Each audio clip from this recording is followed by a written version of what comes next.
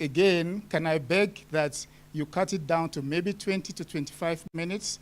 20 minutes ideally will be fine, so that we can have a longer time to discuss. The problem with sticking to 20 minutes is that we'll end up leaving here at 8 o'clock, and I wouldn't want us to do that. And then, so the four presenters, I would like to introduce them very briefly. Dr. Olisa Shongolo, I hope I pronounced your name well. Can we see you, please? Yes, there he is.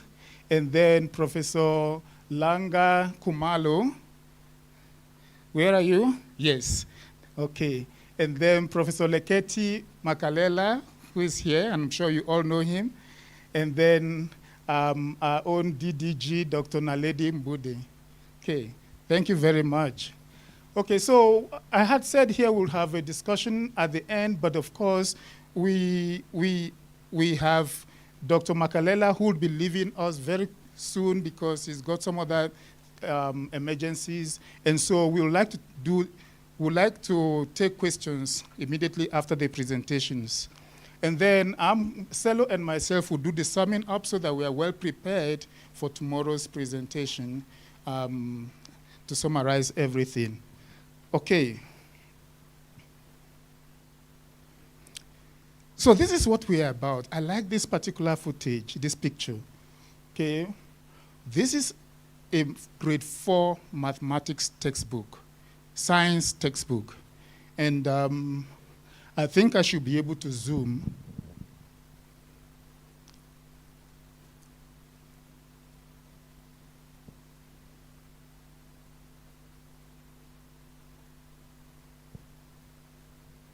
Okay, my screen is showing me something different from this.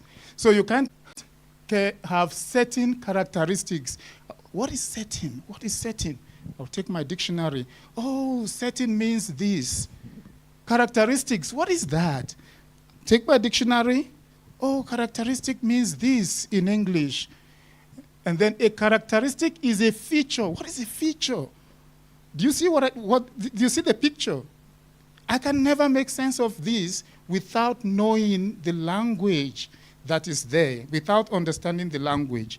And that is what our learners were encountering in grade 4 classrooms when they were switching abruptly from home language to English.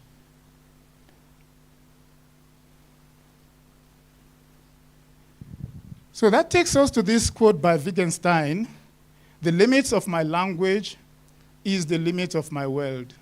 All I know is what I have words for."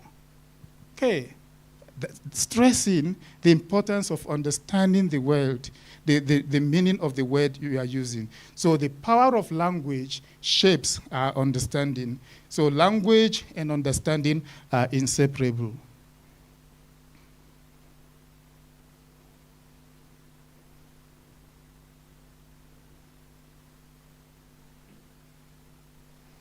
Okay, I have some technical challenges here. I wanted to go to the questions of the commission.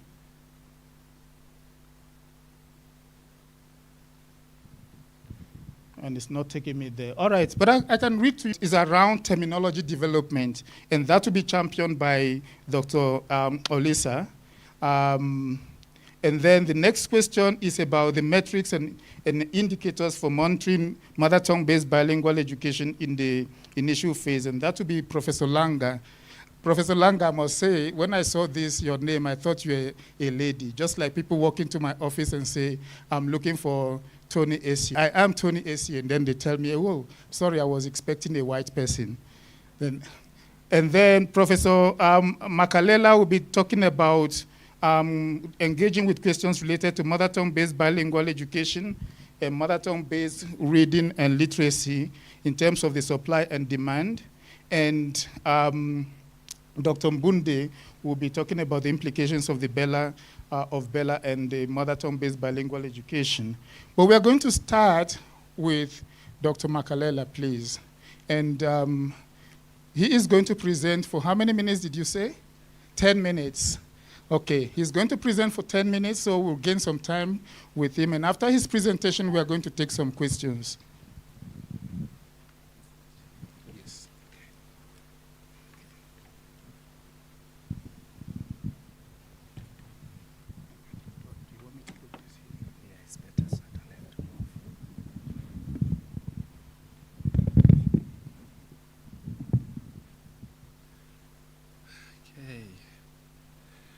Good afternoon, everyone.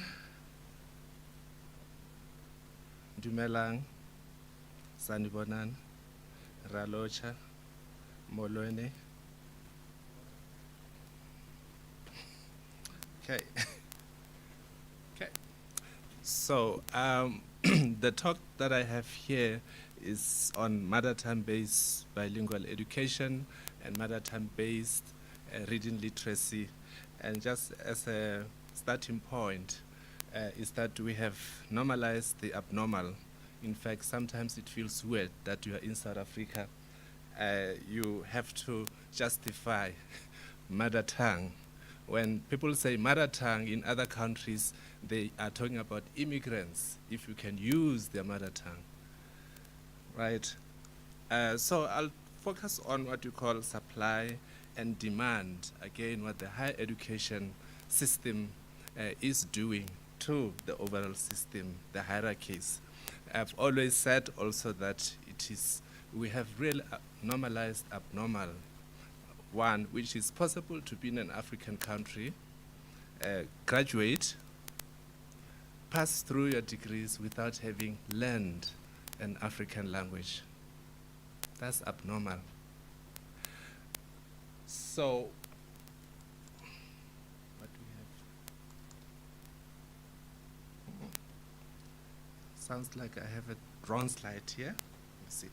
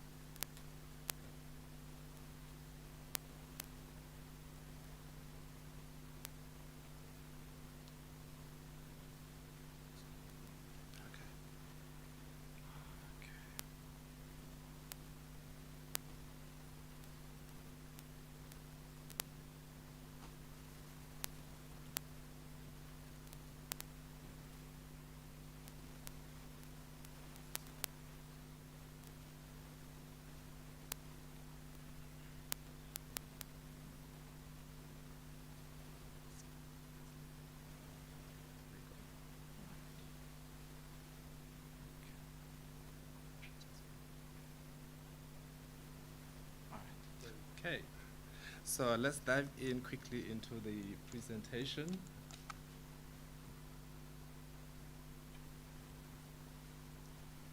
And say one question, what is the problem? Okay. The obvious one is that there's a gap between language policy and implementation.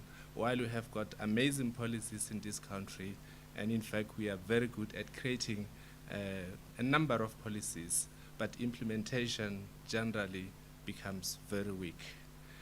And we can ask the next question, but why? Because the obvious that there's a mismatch between higher education and the basic education needs. In other words, the supply and the demand do not match. We are not doing the economy. So let's talk about universities and what they have done to create the gap. Outdated curriculum, because universities have not updated, even as we talk today about mother tongue-based bilingual education. We do not have universities that are or have actually moved on. In fact, we should be finding universities already having done that work. Resistant to change, higher education institutions remain very slow in adopting translanguaging and multilingual pedagogies, even though in theory we do speak about them at the university level. But in terms of actually having programs, it doesn't happen. Limited expertise.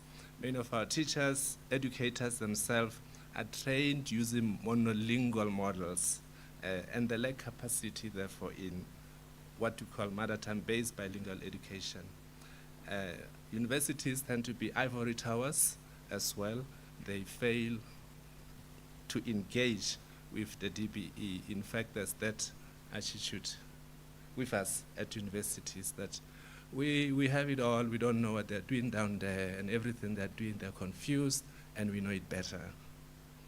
Lack of institutional accountability, and this is the key. Although we have got Mr. Tech, but we don't have enforced mandate for universities. Universities to align with national education priorities and leaving the DBE basically on its own without properly trained educators. Let's look at the extent of supply and the demand. The DBE demands, one, that schools need teachers trained in multilingual and translanguage pedagogies to align with the current developments, or the language in education policy, as it were. What is the university supplying?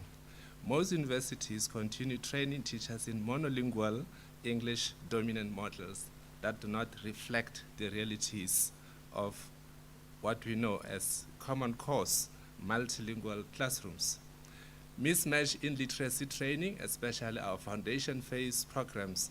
African languages require morphology-based literacy instruction, yet what we do riddled with phonics-dominated models.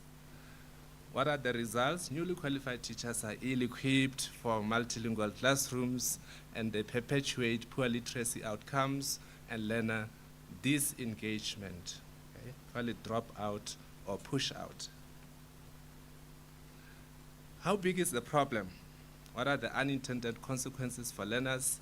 We see low literacy outcomes.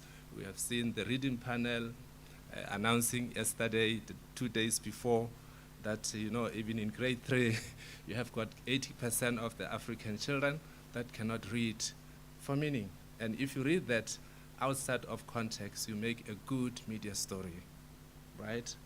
And to become relevant about the abnormal situation that we have. High dropout rates, children struggle with academic progression due to poor reading foundations, leading to what we call disengagement.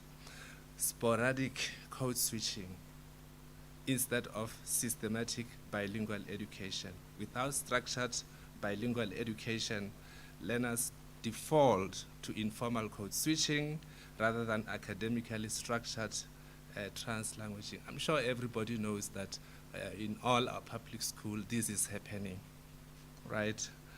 Reduced cognitive and identity development, learning in a language that does not align with one's linguistic reality weakens the sense of who you are, and it weakens your ability to make sense of the world around you. That's basic, what you call basic education. Only those two things, make sense of the world around you and make sense of who you are. Without the language, you cannot do that effectively.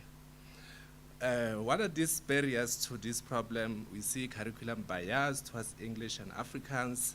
The CAPS curriculum for African languages is a direct translation, word for word, rather than being structured based on the African linguistic logic.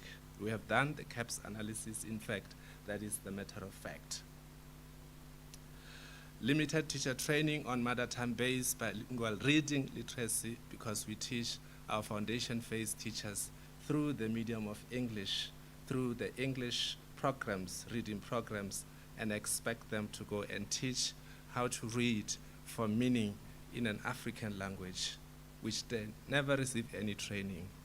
Isn't this a funny story that we say 80% of South African children are not able to read for meaning, without actually talking about what the subject matter is? It's like us saying that the fish is not able to walk when they don't have feet. Assessment and learning materials are not linguistically appropriate, including the pills. A standardized assessment, they favor English-based literacy models. And you talk about cutting the umbilical cord between English and African language. One is Germanic, West Germanic language. One is of Bantu origin. You cannot have similar literacy programs.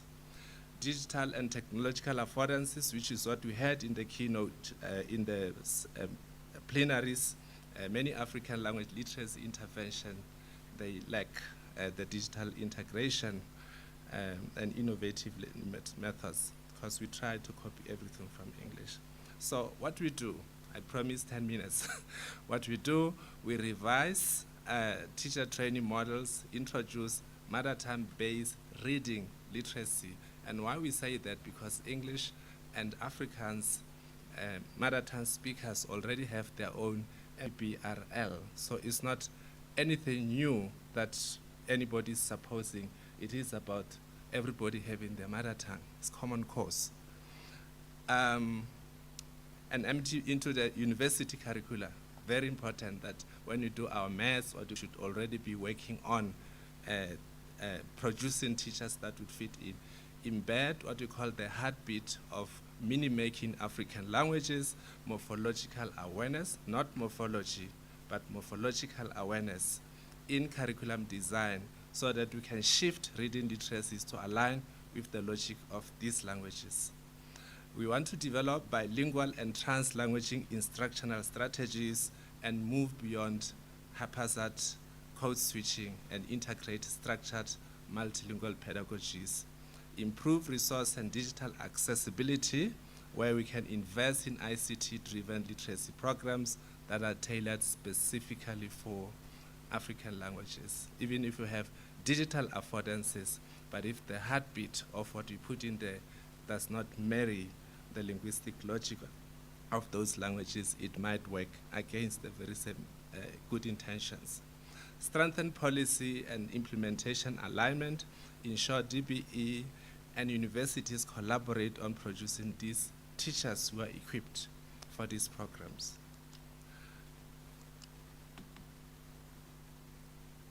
So what are some of the steps toward this alignment? Would be to conduct SWOT analysis, of course, what are the gaps? That's the basic one. Establish concept clarity. There's still some confusion around MTBBE and MTBRL. And actually, what is it? It says the mother tongue of the child matters to learn through the content you have. That's the first one. The second one says the mother tongue logic of that language when you teach reading matters. It's about the medium of instruction, but it's also about reading literacy, which is predicated on the logic of that particular language. Audit existing programs, okay? Develop short, medium, and long-term interventions. In the short term, immediate curriculum and policy adjustment. We're talking in the past, this week actually, around the ATPS, ATPS, annual teaching plans that can easily be incorporated into the through curriculum strengthening program of the CAPS. Medium-term pilot programs with structured teacher training on the MTB issues. Long-term institutionalization of multilingual education at all levels, university, from ECD to your BA degree and beyond. Enhance digital transformation and ICT integration. So I was going to do this if we still had a bit of time, but we don't. I'm exactly on my 11th minute. But what is MTBR, if I put that just for all our interests, is that it means teaching reading using the inherent logic structure of a language rather than borrowing from another language. It says do not borrow, use yourself, right? And I know many people have made a lot of comments about what is this mother tongue things. And it simply means use your mother tongue to read. Not just the words you see in isiZulu, but the meaning and the logic of meaning making coming from that language. English and Afrikaans already have this, and there's no question about that. African languages are still taught using English. I'm repeating what I said earlier on, but for emphasis, in this case, incompatible with Bantu languages or languages of Bantu origin. Very clear, and the most obvious one that we want to put to the front is that it doesn't take rocket science to know that African languages are agglutinative. In other words, they're not isolating, and they're transparent. They have transparent writing system. What you see is what you get. They don't hide anything. Only 5 vowels A, E, O, U, and they sound exactly like that, versus the diphthongs in English. When you say care in English is air, but you don't see A, we don't see E in the cat. Dr. Mbude always says in G, the letter G, you say gel, but you can also use the same thing to say girl, right? So, and it goes a long way. The letter E, A in earth, in pearl, and many ways, you really have to do a lot of phonological awareness because you need to be the letter S in cats, dogs, horses is z, is, but you only see it as one S letter. And you don't have that in African languages. How can you have reading programs that are same? Right? We say, therefore we say morphological awareness, which is very the juice or the heartbeat of making meaning in African languages, should be at the center, at the core, and not the other way around. But we don't exclude phonics. There must still be sound. That's how we develop this model where you see that phonics is still blend and do that, but this is within the structure. If we had time, I was going to read to you a lesson that is based on embedding phonics within morphology-based lesson structure. And our march to the moon is not because it is easy. We go to the moon precisely because it's not easy, which means we need to be comfortable about being uncomfortable. I think John F. Kennedy in the 1960s said, let us go to the moon when there was nothing developed. But if our heartbeats are correct to say we have to do something correct, no matter the resources, we will arrive. One, very clear, commit to MTBB as a permanent bilingual education model for the future.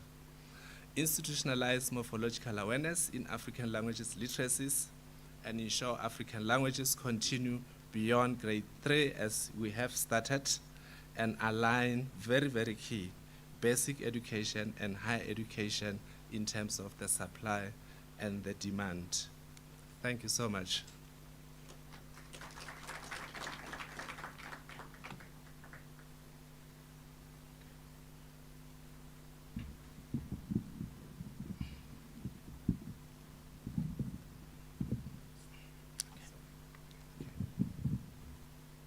Thank you very much, Prof. Another round of applause for him, please. Is there a roving mic, please? Or should I take out this one? This one. All right. So we'll take some questions. You have said many things.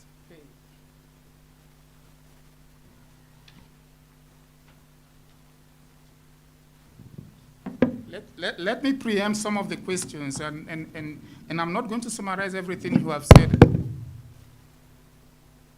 I'm not going to summarize everything you have said. I'm just going to act as a catalyst for some of the questions, some of the questions that's to come.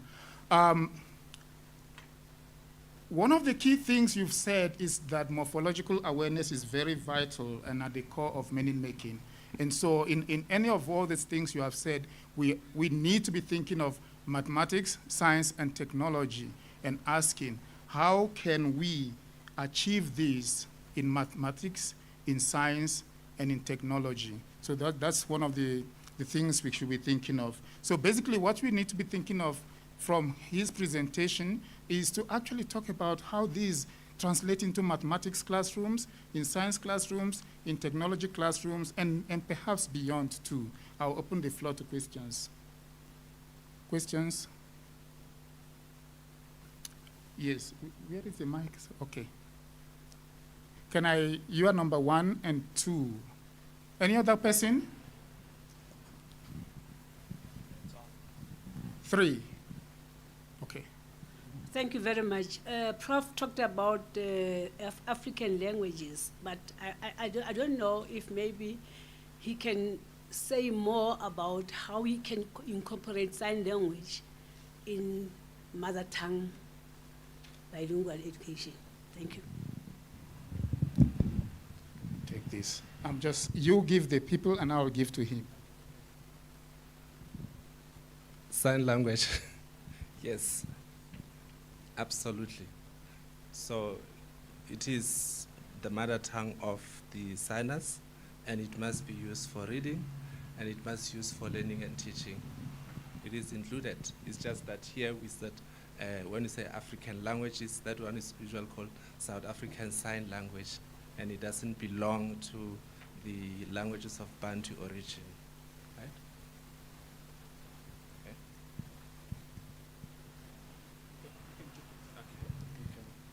Mine is a comment and a response that you were saying, how do we apply this? So I think it must also go into foundation phase literacy programs. Oh, okay. Vanessa Francis from Room to Read, South Africa. So it must also go into foundation phase literacy programs. So we've been listening to Prof for the last year or so, and in fact have started to rethink our literacy program, which is very phonics-centric. And we've just developed our grade 3 materials in Xitsonga, isiZulu, and Sepedi. And so we've been talking with Prof and Dr. Mbude, with the DBE, about piloting these materials. So a response to Prof's suggestion there about in the medium term, what can we do? We've got 30 project schools in Ilembe district. And so we hope that maybe the next Lekgotla we'll have some results for everybody.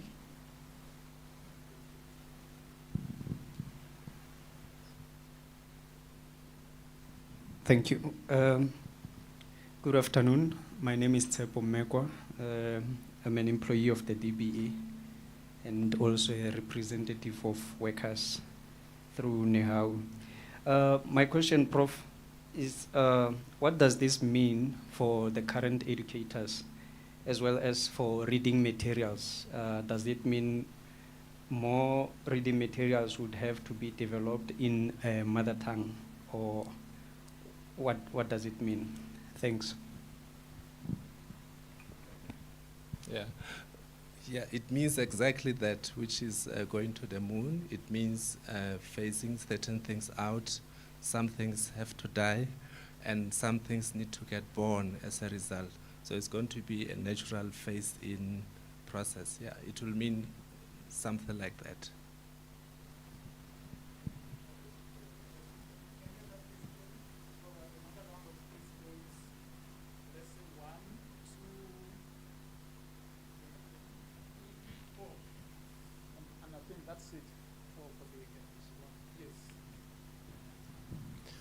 Thank you. I'm Martin Gustafsson. I'm an education economist. I'm working at DBE. And yeah, I mean, I'm here partly because these language issues is something I'm not that familiar with. When I was a teacher, I was a history teacher. So, but kind of from a DBE planning perspective, my question would be, you know, clearly, I mean, the message is we've made a lot of mistakes in the past in the generation of the materials that exist.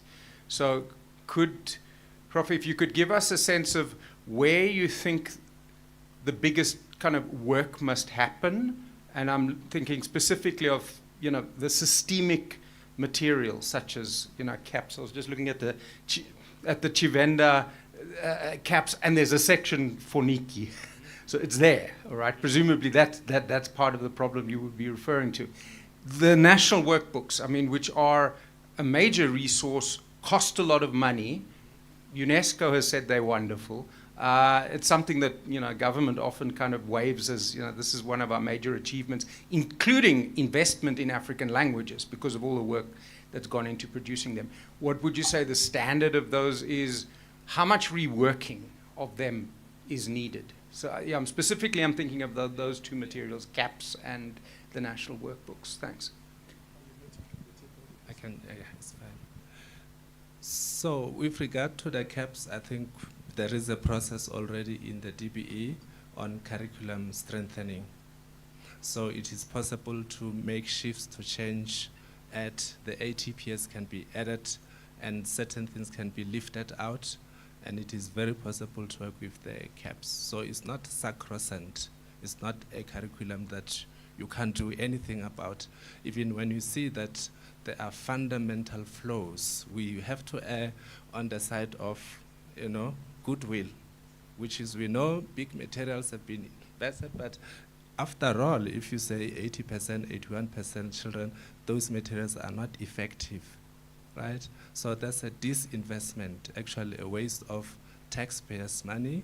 But not only is it wasting the taxpayers' money, it's wasting the livelihood, the potential for the future generation, struck simply because somebody has published a workbook. If you say what you actually changed the workbook.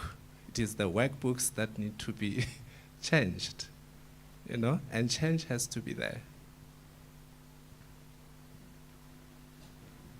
Thank you very much for the opportunity and for a very thought-provoking presentation. I'm Jurita Rosenberg. I'm a Dean of the Education Faculty at one of those universities that's trying to do our level best. I'm based in the Eastern Cape, so our languages are isiXhosa, Afrikaans, and English. But I'm told that there's more than one isiXhosa.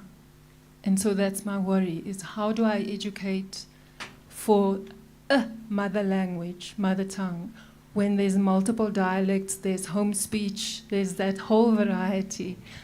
Is the morphological awareness that you spoke about, if we educate our students accordingly, is that going to be adequate for them to be able to teach in a mother tongue in the province? Or do we have multiple? Yeah, okay. So in that case, the first thing, the literacy program must be taught through the medium of the mother tongue. That's issue number one. Morphological awareness is going to give the teachers the ammunition, lack of a better word, on how to infuse meaning making when they teach reading. So that's a huge leap already if that happened. Okay, regarding the dialect, idiolects and sociolects, and that's a social-linguistic question, right? And many people use varieties in languages to make a case against having a mother tongue, because you have many mother tongues. But they never say the same thing on English, right? English has as many dialects as we even have the World Englishes as a scholarship. In the USA, 57 dialects of English, and sometimes they don't even understand each other. But the only standardizing thing is the written form. So I would like and want to appeal to people in African languages that differences in African languages are normal. We can never be, sameness is not what we want to go for. If you talk about Sepedi, you talk about isiZulu, there's lots and lots of dialects, but that is natural for all languages on this little rock called Earth. And difference doesn't mean deficiency. Okay? And I think it's very important that we highlight this, because we hear that all the time. In Setswana they say, but here we say Setswana, here they say Setswana, so you're not like us. So this is a really very divisive, and unfortunately, but standardizing the language that you read. People will still say what is written is not my mother tongue, but the written language is actually nobody's mother tongue, right? We all learn to encode. We are not born with that. Anyway, that's a long conversation on that, but just to highlight that differences must be there in African languages. Okay, thank you. Who is with the mic? Can I give to Dr. Mbude to speak before you? Sorry. I just wanted to also add that it's not only in English that you have Englishes, like Nigerian English and all sorts of English, but you also have the same with Afrikaans. There's something that we never speak about with the issue of Afrikaans in the Western Cape. It's called Caps Afrikaans. It's a whole dialect. And still you have standardized Afrikaans even to a level of being a language of the university. Because not accepting the variations in Afrikaans, it's almost as if you are acting as if they don't exist. So it's not like having isiXhosas means that there's anything different with the other languages. So I was just trying to say to support a process that you have the same thing with all languages. It's normal. Thank you very much. I'm Ria de Villiers from E-Cubed and Education Change, and I was involved for many years in a business that strengthened the rainbow workbooks every year, but because the Auditor General does not allow a reprint unless it's been improved. So education officials get together, they do the changes year after year after year. Those changes are effected in the rainbow workbooks. However, they were written in English and versioned into all the other languages. So what was the point? If you know what I mean. I mean, if the rainbow workbooks are studied, you'll see that the original one was written in English and then it was versioned into all the other languages. So I don't see the point of even improving them every year. And then the second thing I want to say, it's just a caveat, that when we talk about reading in a home language, we must never forget listening and speaking. There is such a focus, an intentional focus on reading, because everybody's talking about reading. And I observe lots and lots of classes, and teachers don't take the time to go through the process of language acquisition as a child would learn language. First by listening, then by mimicking sounds, then by reading, then by writing. Thank you. Thank you very much. Very important point you've made there. But I didn't understand the first point you made about what's the point of improving it if it is versioned. I need us to make a distinction between translating and versioning. Okay.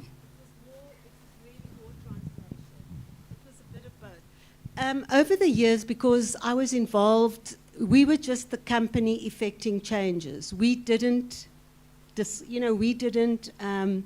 suggest the changes. It was just a publishing company doing the changes. And over 10, 12, 15 years, the changes were like corrections in terms of spelling. Maybe a picture was not appropriate, but the original book of the Rainbow Books was written in English. So the issue for you seems to be that it was written in English first. Is that the issue? I don't know if you all have the same confusion as I do, and I need us to clear that. Even if it is written in English, it doesn't mean it is perfect in the first place. But I get the point she's making. I think she's saying that the changes that have been made over the years are mainly cosmetic than conceptual. I think that's the point you are trying to make. Okay, and we need to make conceptual changes. We need to look for where, especially mathematics, I mean, I can only speak in my field. We need to make changes to questions that are ambiguous. And I see a lot of these questions in some of our textbooks. Okay, there was one last hand somewhere there before you. Oh yeah, it's you. Yeah, it was a comment, and I can infuse that in my talk. But I wanted to talk about what is now known as sovereign AI. And in sovereign AI, the algorithms are actually derived from the developer. They're not derived from the Western canon. And again, it's because we are realizing, even in the machine learning space, that not everything that comes from the West is applicable to our context. We need to develop systems that are compatible to our environment, and language is the basis for that. And if you look at the AI systems right now, your chatbots are never going to give you an empty response. They are going to hallucinate all the time because they don't see anything in and about African languages. But we should then change the way we think about systems development. That systems development must be steeped in our own languages. And there is a lot of work that has happened in developing automated systems for African languages. They are published, they are eclectic because no one is coalescing and thematizing the work that is happening in the machine learning space. We are not starting from the vacuum. We already have a whole Bantu system, nominal system, automated, steeped in the morphology of the Bantu languages. We're not starting from the scratch. We're starting from somewhere. Thank you very much. The very last contribution, please. Thanks. I just wanted to talk about the workbooks again. It was that, I raised my hand directly after the lady spoke. Conceptual improvements, it's not possible really to make improvements given that they started with translating from English. Because when you start with translating from English, you have no control over the level of the vocabulary and the way the words are constructed from the very beginning. So you'll find that if you examine, say, the Sepedi translation of the Rainbow workbooks, very early in grade 1, the children will be confronted with the digraphs, whereas you want to start quite simply with single letters and so on. So it actually needs an overall that aligns with some of the things Professor Makalela was saying. Okay, thank you very much. Professor Kolisa? Yes, you can. Are you going to use your computer? No, I don't. Did you give them there? No, you can just plug it in. Move my computer aside. I just want to summarize everything that has been said here. So from Professor Makalela's presentation, a couple of things, and this list is not exhaustive. A couple of things stand out. The importance of teacher education is the first one that stands out. And from our own discussions too, there's also the importance of having adequate materials if mother tongue-based bilingual education is going to succeed. And I think the department is doing a lot in that respect. And you've mentioned it, especially the workbooks. Then there's also the issue of dialects that you've raised, and that has been debunked in a way.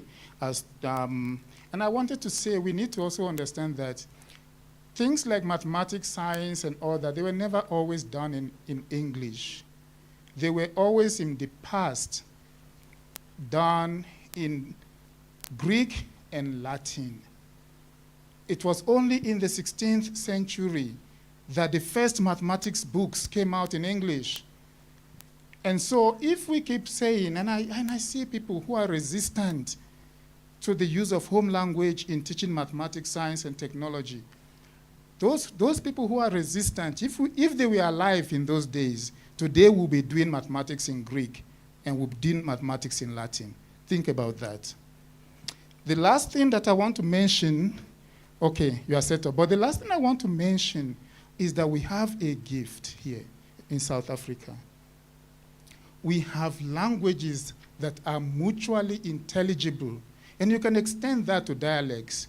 They are mutually intelligible. If I speak isiXhosa, you are going to understand me even if you are a Zulu speaker. How can we harness the potential, the epistemic potential of mutual intelligibility to use it in our classrooms for meaning making and for our learners to understand the concepts we are teaching? That's one question that we need to also grapple with. Thank you very much. I hand over to you, but you need the mic, obviously.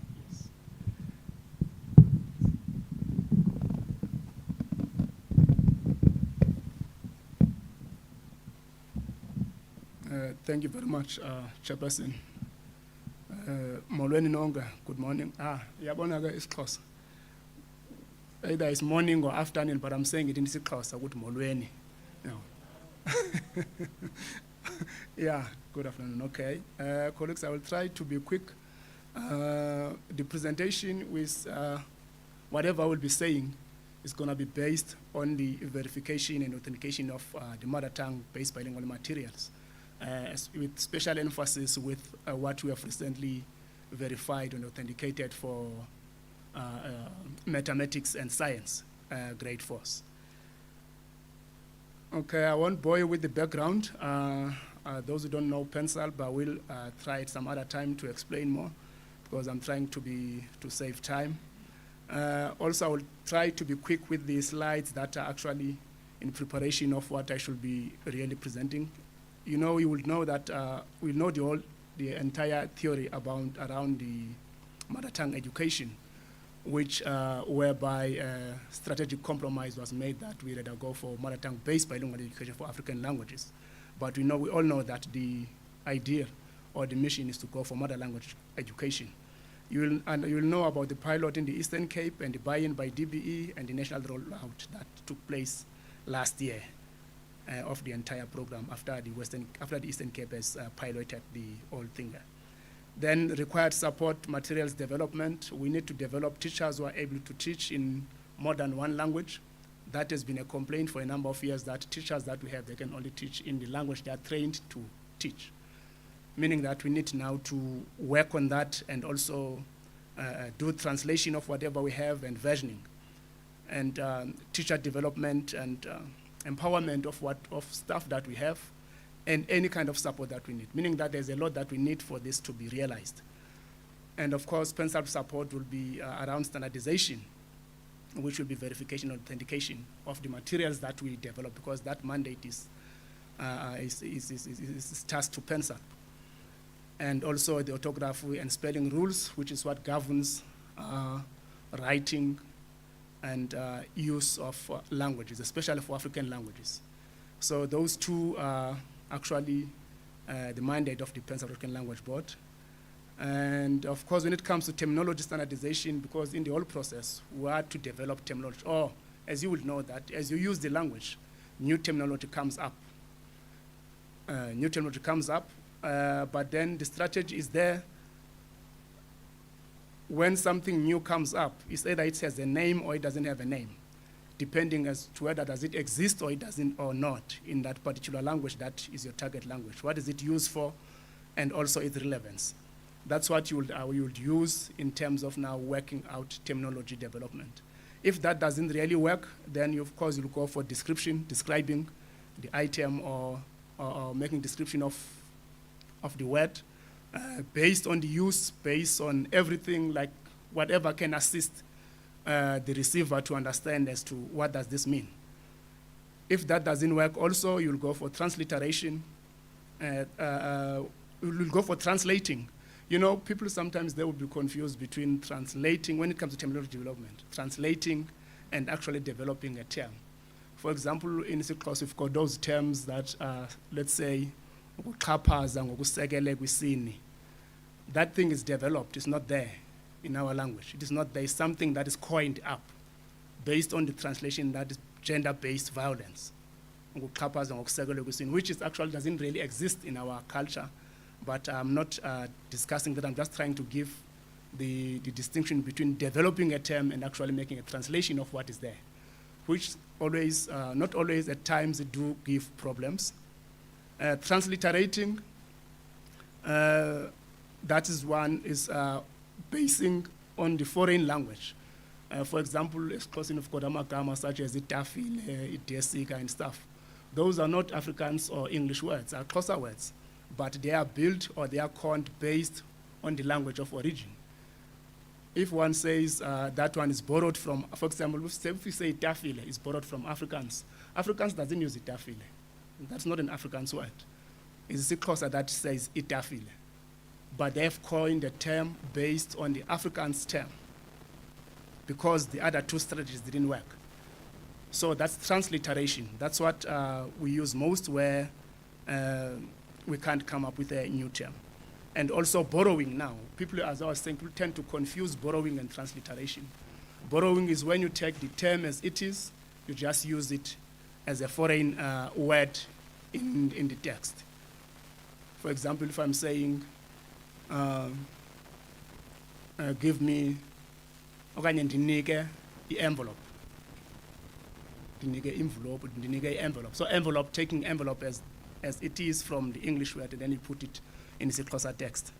So that is the strategy, colleagues. I won't go into details. I'm trying to save time for technology development. And then translating and versioning, of course, you must have the subject field knowledge, the target language knowledge, meaning making. That is very much important when we translate for mother tongue education and version. We must focus on the meaning more than anything else.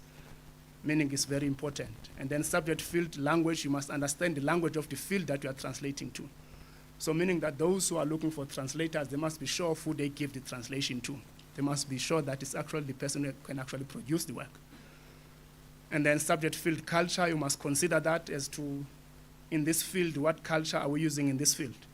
For example, you'll see further down, I talk about euphemism, especially when it comes to life sciences. In isiXhosa, you get a lot of that, but when it comes to life sciences, that is not there. And then we are found wanting, as amaXhosa, who have got that culture of ukuhlonipha.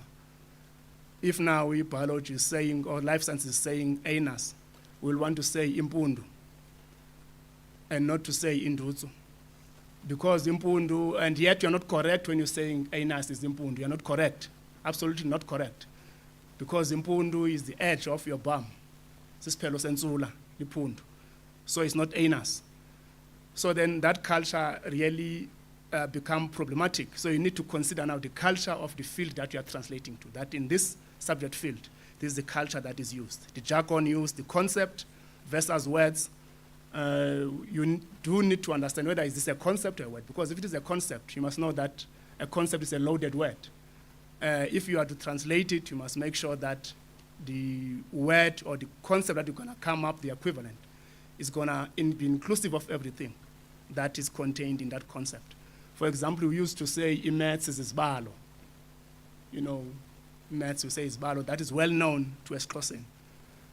But when it comes to mathematics, we can't use that because isibalo is only limited to numeracy, meaning it's just one field of mathematics.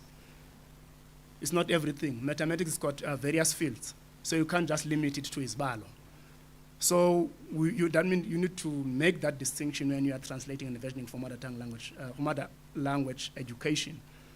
And then I've already spoken about transliterated words versus original words.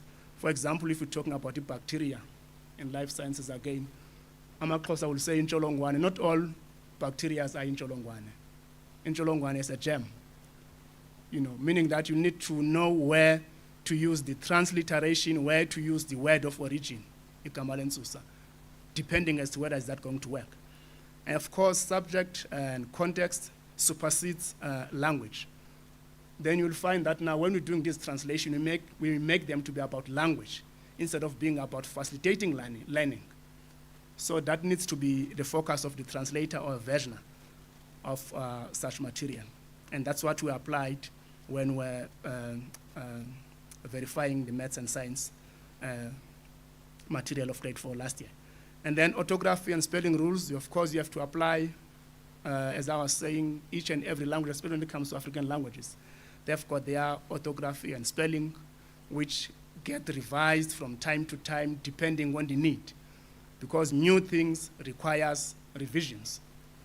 For example, you'll realize that now, if you are to look at the sounds of isiXhosa, there are new sounds now that are not the sounds of the origin.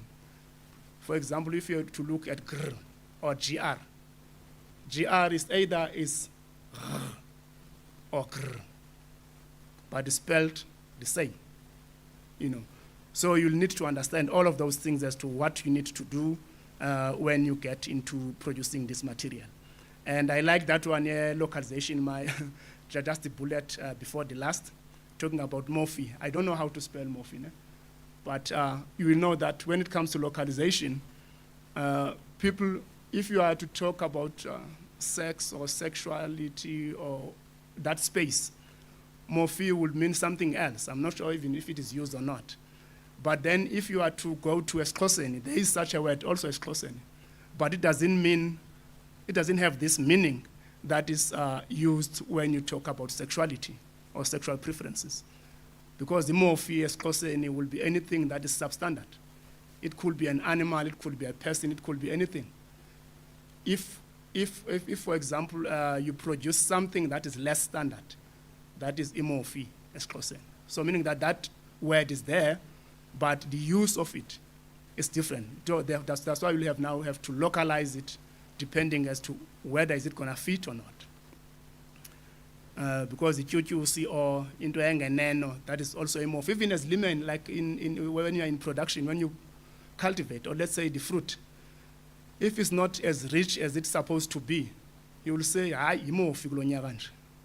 meaning that is substandard in this year. Okay, then varieties, which Prof. Makalla have spoken at length, and Dr. Mbude and the chairperson here as well.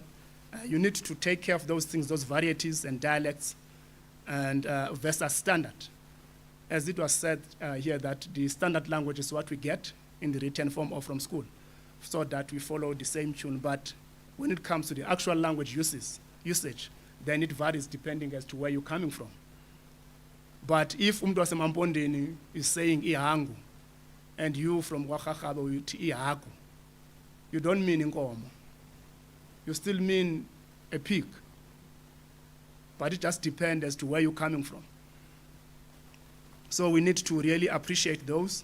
That's what we use for, and also coming to the verification itself now, as to how we do it, is a process that is done by NLB's national language bodies, and they've got committees that are made of lexicographers, terminologists, grammarians, orthographers, spellers. So those people, they make the committee that does verification. And then we need field support subject specialists. Those are the people who come and advise and give definitions as to what does this really mean, so that the board can actually get closer to the actual meaning.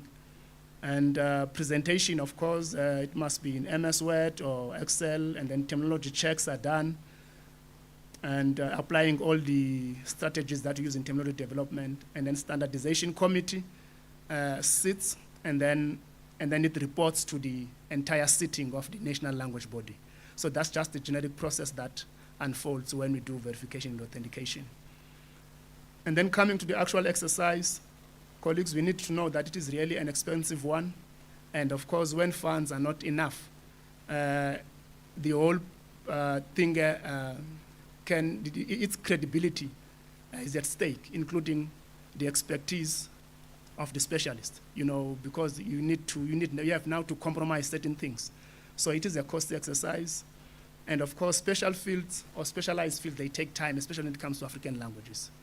They take time to verify and authenticate. And then, of course, you'll find that now there are language nuances versus subject nuances, and you need to strike the balance and prioritize as to what must be prioritized here. Is it language or is it the subject? Depending, because sometimes you do find language in a subject. So in that case, you need not to say this is just a subject. You do find language in a subject, but you also need to make sure that language doesn't actually now supersede the subject. You are facilitating learning, as I've said. Conceptual understanding, you'll find that now we tend to, especially we as linguists, we tend not to get it right as to what exactly is this and how it should be done. We tend to make it to be about language, but we do need to understand as to where we are going with this. What is the intention? We need to be intentional in everything that we do when it comes to this. But that thing, you'll find it lacking as one of the challenges I'm citing there. And then language purists stealing the show. They will say, we are the language board, we are called to come and put a stamp on this thing, and therefore it's going to be on our terms. That's not supposed to be the way, colleagues. Everything needs to be negotiated. You are linguists, those of you who are in those boards, you are linguists, but now you've got a role in this task at hand. Therefore, you do need to have to listen. For example, we struggled about implantation when we were verifying science. And then some of us were saying, no, this is ihlati. And then the science people will say, no, there's a difference, there's plantation and then there's forest. So, but that's not the case now, because now we need to distinguish between the two, between the forest that is there, that is the natural one, and the one that is planted. So those things need to come to the mind when we're actually doing, but we'll find us lacking when it comes to those things because we'll tend to say, no, we do have the term for this. And only to find out the term now is no longer relevant in this case. And then, of course, subject field specialist jealousy. You'll find out now there is this fight now that the subject specialists are saying, no, this is our field. You must take it from us. You must listen to us. As much as that is correct, we need to listen to them, but also the subject specialists also need to listen to the other side, meaning that we need to come together. Our skills and our specializations, they need to complement one another so that we can get forward. And then, of course, there are no reference sources when it comes to African languages, very few of them. So we struggle. For example, you will struggle to find a mathematics dictionary in isiXhosa. So there are term lists in various fields, but when it comes to dictionaries, those things are not really there. Transliteration, I've already mentioned it, but you'll find that people, they tend to want to exaggerate it, just use it anywhere, even when for the term. For example, I've just discussed with Ms. Mtumtum this morning, that when the term is there, it's already there, it exists, and its use is understood, and it's got no limits, it's got no limitations in it. Why would you want to rather go for transliteration while the thing is already there? But you'll find a subject specialist really exaggerating on that, just wanting to transliterate everything. And that's what brings criticism in the actual work that we're doing. And then, of course, poor coordination. Yes, we're all learning, and there isn't any other time that we'll need to go back and plan. We need to learn while we do. But you'll find that there are instances whereby just the coordination is just very poor. It's just not there, or it's not really conducive. Especially when it comes, because I will mention Eastern Cape Department of Education, because they are the one who have actually came up as a prototype. Colleagues, from there I see that there are some members from Eastern Cape Department of Education. For those of you who are in other provinces, you might think that all is well. No, it is a challenge, and it has been a challenge. But we eventually get it right. So meaning that we do need to put well-coordinated efforts.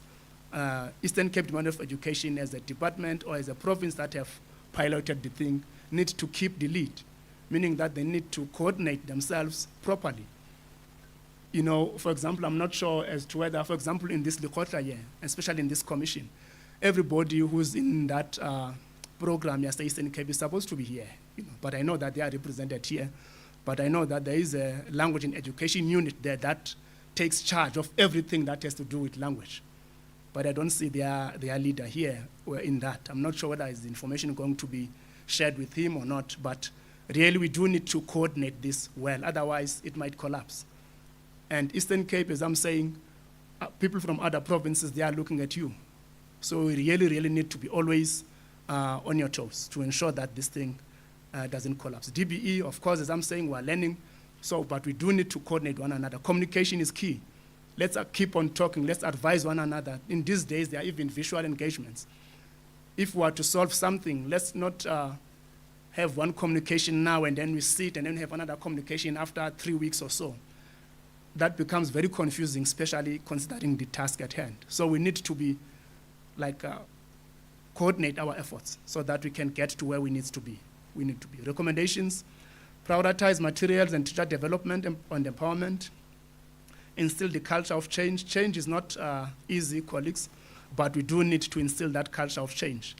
And change doesn't come comfortable at times, but we just need to be out of our comfort zone. Profiling the existing expertise that we have. Explore mother tongue-based bilingual education and mother tongue education research recommendations. So a lot of research has been done, is there. So we don't need to go back and do another research when it comes to this. We can just go back and then harvest any recommendations that we think they are relevant depending on the task at hand. So let's familiarize ourselves with those researches, strengthen the Eastern Cape Prototype Program. That program needs to be strengthened, colleagues, and of course with coordinations, lessons that are learned from that program, they need to be brought to the fore.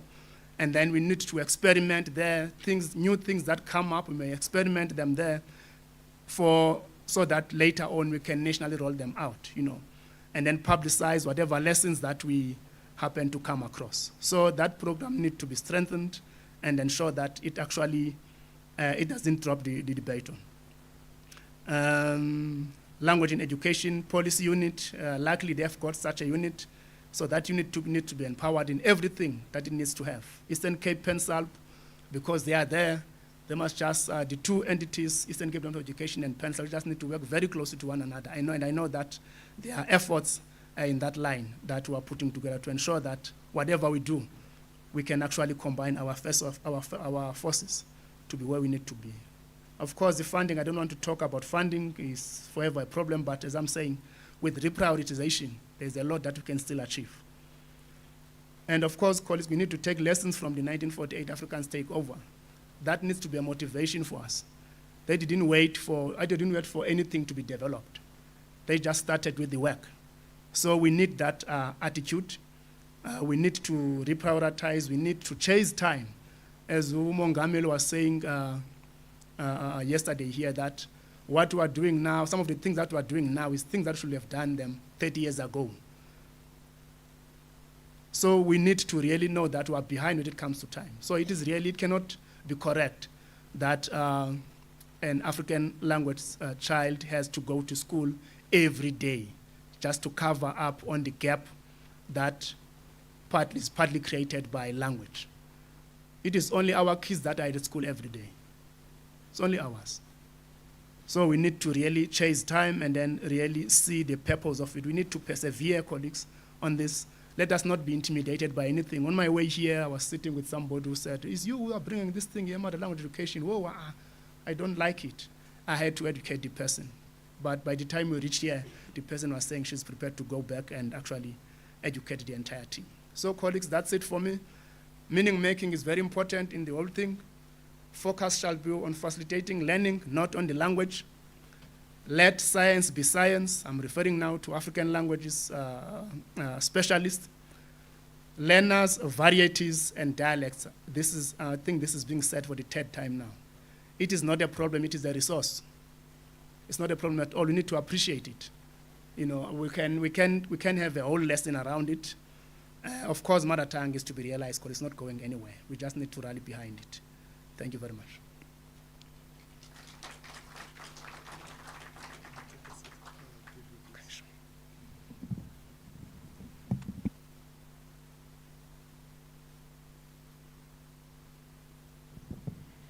Thank you very much, Prof.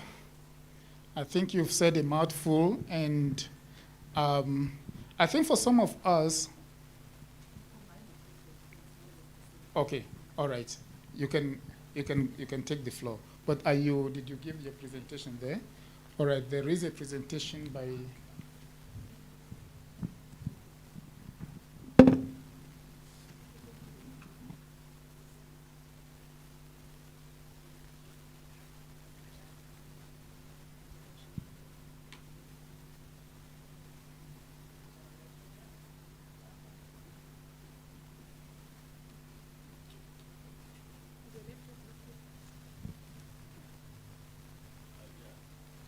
All right.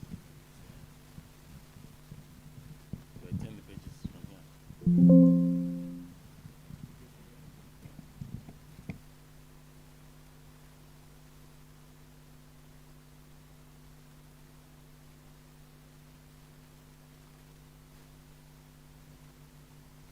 Okay, thank you, Chair. Thank you, colleague. I'm talking about the infrastructure that we require. And most of the things that have been discussed are part of the infrastructure that we need to make MTBB a success. And without thinking about the infrastructure, we are really literally trying to fix a flying plane.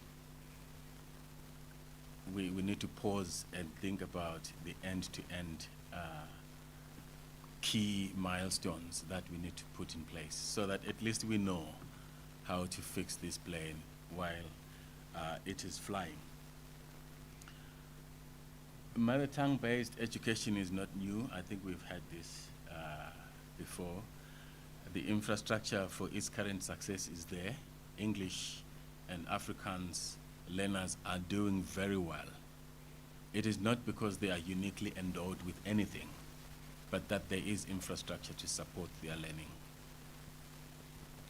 They don't have anything inherent in them that is different from African children, but it is just that the infrastructure is there that support their full learning. And if we think that by just introducing MTBBE without the infrastructure, we are going to crush our own children. And it's going to be worse because they are going to walk in with an expectation that they are going to do better.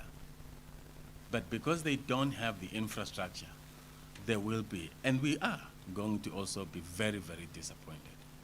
So English and Afrikaans is not doing well because it's just English and Afrikaans. It is because there is infrastructure to support learning in English and Afrikaans. That is absent for African language learners. So we need to think about how to expand the current MTBBE, which is subsisting and is supporting the two languages, and to think about the infrastructure that is required to do that. So it's not initiating anything new, it's actually expanding on what is present. And I think, Dr. Njongolo, you did very well by making reference to 1948. They started with nothing, there is infrastructure. What is it that we can learn from this infrastructure? And we could, Kwesi Pra has made reference to many other countries that made inroads in many other languages, and today they have done very well. So we need a new infrastructure so that we can support the MTBBE. And I've just emphasized the point that we need to think it through, think the end-to-end type of infrastructure that we need. So it's not about just terminology development. I think someone in the plenary discussion made reference to the digital infrastructure, for instance.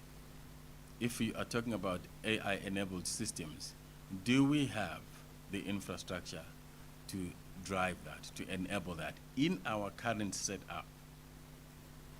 Again, those are the things that we need to think about as part of the architecture of this infrastructure that I'm talking about. So when we are sitting, when we're trying to talk about the infrastructure, I made reference to a mission room and to a situation room towards the end of my slides. We need to sit somewhere really to have a whole gamut of appreciation of what it is that we are introducing and how we are going to go about implementing that. Of course, the basics are the most complex.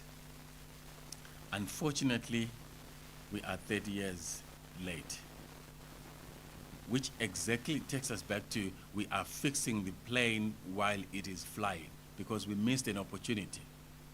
We missed an opportunity when we opened up the linguistic repertoire in 1996 in our constitution, and we didn't put in place those things, those affordances, those enablers that are going to bring parity of esteem.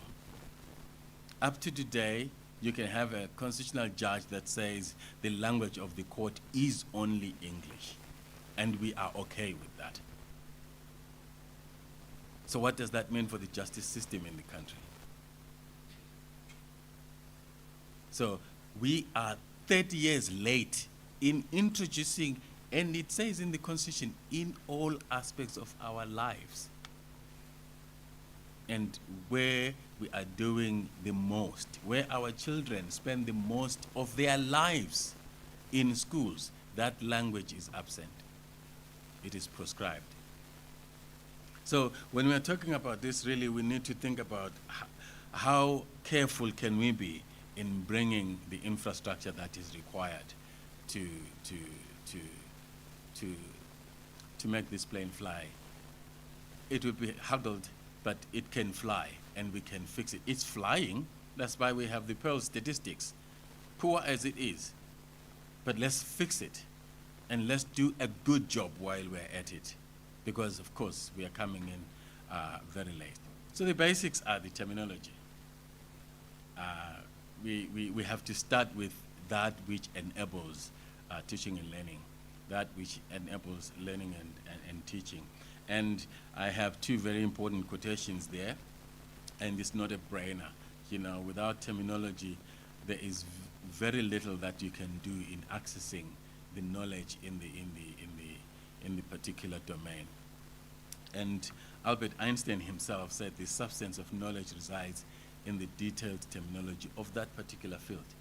And in the absence of terminology, which you explicated in detail, and that process, I'm going to just fly through it, that process is so important. And I was going to ask, and I'll abuse the podium, whether there is a protocol that you have developed from the pilot in the Eastern Cape that other regions or that the DBE can actually take as a protocol for advancing this national imperative. We need that, because again, what we do in this country very well is not to learn from our experience. And the left hand oftentimes has no clue what the right hand is doing. And that way, we are leaking resources. In fact, not leaking, we are bleeding resources. Some of the things that we're talking about as missing in the infrastructure are actually developed, albeit in silos. Nobody knows about them. So we need to have a very good sense of appreciating the state of the art before we even say we are going to develop this resource as part of the infrastructure, or that resource as part of the infrastructure. Do we have it anywhere in this country? Where is it sitting? Can we build on that instead of starting from scratch? Because it is very, very expensive to start from the scratch. So some of the basics in terminology development have been encapsulated in Njongola's presentation. But there are certain things that we can do faster and in a very shareable way if we infuse machine learning systems that we have developed already in the system. And the harvesting, for instance, of terminology can be done very quickly from the books that are in existence, and we can do that in a very shareable way. We can even do keyness, which terminology is indispensable in a particular discipline or field. And then it goes through the terminology development processes. I'm not going to rehash that. But the most important part is dissemination. So we know that there is terminology, but how do we get access to it? Is it accessible? Is it reusable? Is it interoperable? Etc. So we need a system, and I'm going to share a couple of pilots that we have developed. We need a system that makes it very easy for terminology that has been developed in the Eastern Cape to be accessed in the Western Cape. And in Gauteng, for those students that are actually comfortable in learning in East Xhosa, because in Gauteng, because again, we are not thinking about these languages as confined in their respective regions, but languages that are found in the schooling system. So if I'm a teacher of East Xhosa in Mpumalanga, do I have access to some of these terms so that I can effectively trans-language in my classroom for effective teaching and learning? So we need a system that is open source, that is findable, that is accessible, that we can reposit some of this infrastructure so that, again, these resources can be used. And of course, this system must continuously be improved. So we need end user experience. So in the classroom, as you are teaching, do you find the terminology as presented in the system useful? What are the limitations? Can you bring it back to this hub where this terminology is reposited so that, again, accessibility can be improved, or it can be taken back to the developers so that they can improve? So do we have a 360 in this system? even the students themselves, I remember we developed a similar system for UKZN, and the students were saying, the terminology that is in that term bank is confusing us. I'd rather stick to English. And we had to look at the reasons why they think it's more confusing, so that we take it back to the team that is developing the terminology. So that when we bring it back to the terminology platform, the terminology is user-friendly. The terminology is useful for teaching and learning, because at the end of the day, that's exactly what we want. So again, I can't emphasize the architecture, the system, the infrastructure, and it must be thought through very, very carefully. So we need to test our systems, the systems' user efficiencies and efficacies, so that again we can continuously improve on them. So terminology needs to be in place, and terminology needs to be standardized, as we've had comprehensively. And terminology is for learning, for teaching, and for assessment. So, I find this disjuncture so shocking. I mean, again, UKZN as an example, introduced teaching and learning in English, and this is it.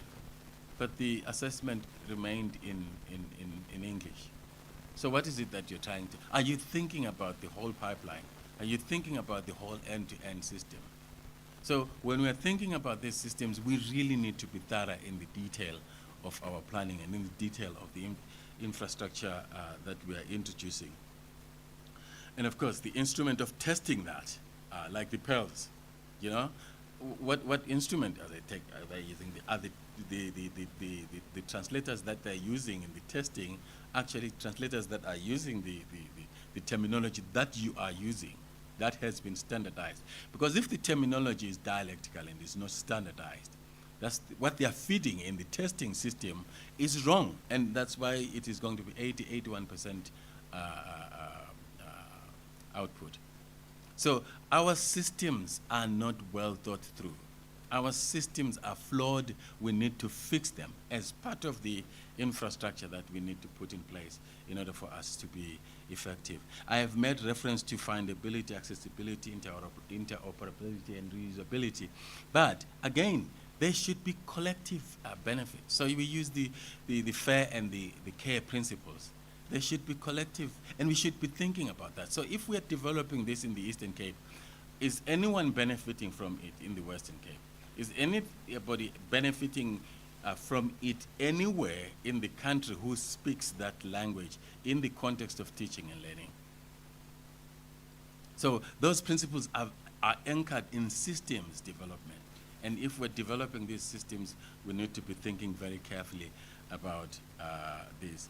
What we have done in the infrastructure that I lead, the South African Center for Digital Language Resources, is to develop, we have developed a number of issues, I'll come back to them, but we have developed for purposes of supporting not just DBE, but the universities who are also attempting to introduce one language or the other in their teaching and learning system, a platform called LumiLinks that supports institutions, projects, and different subject fields in the terms and the languages that these terms are developed for the targeted end users, so that these can be found in a common repository to support multilingualism in the country.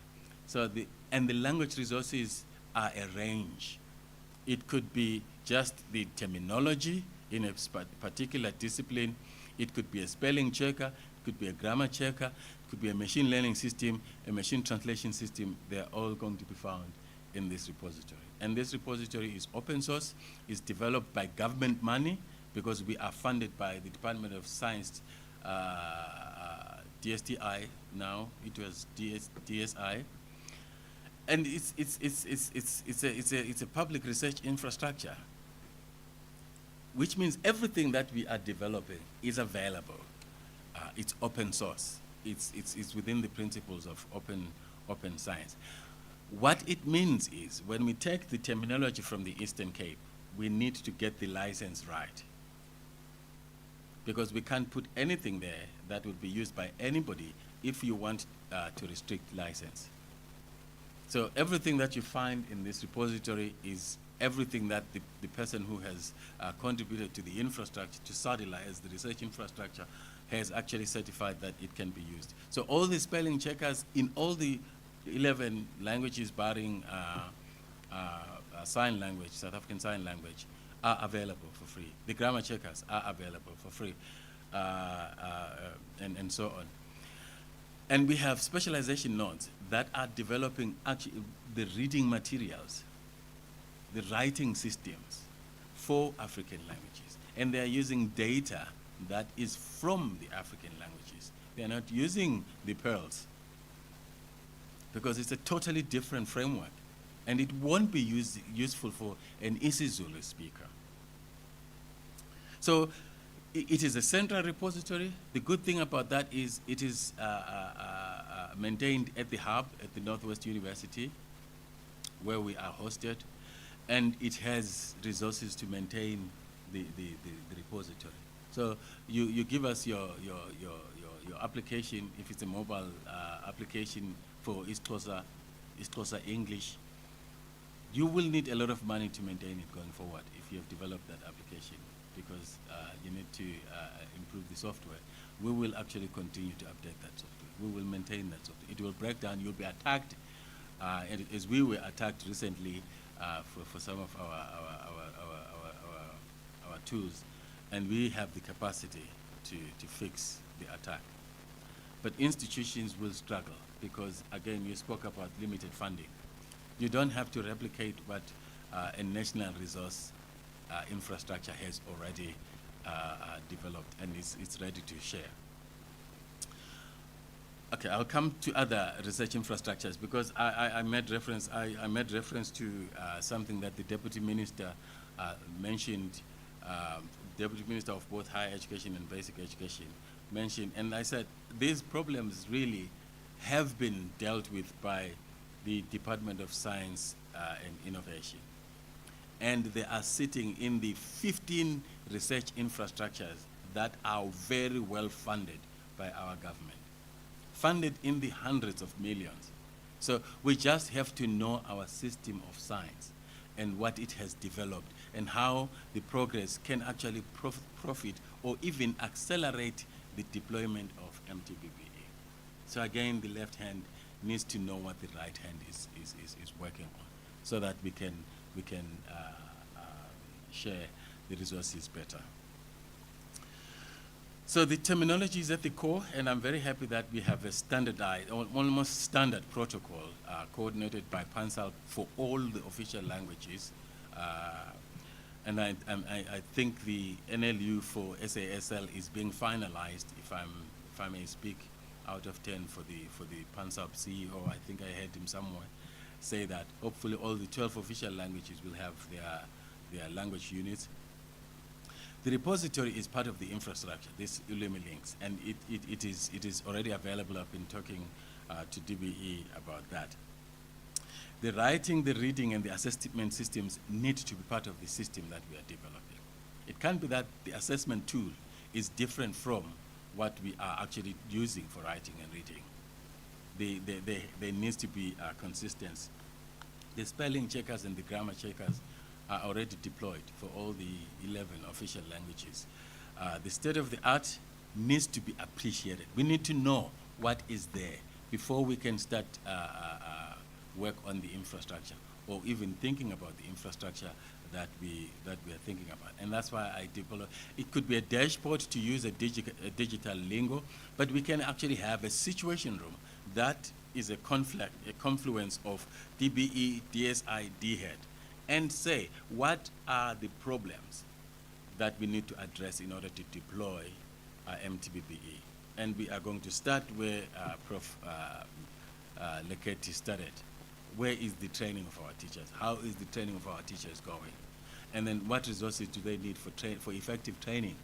And then we have this whole constellation of the resources that are required within this infrastructure in order for us to be effective in deploying MTBBE. We don't have to struggle the same way Africans struggled in 1948, or troubleshooted, or just moved shooting in the dark. We can do better.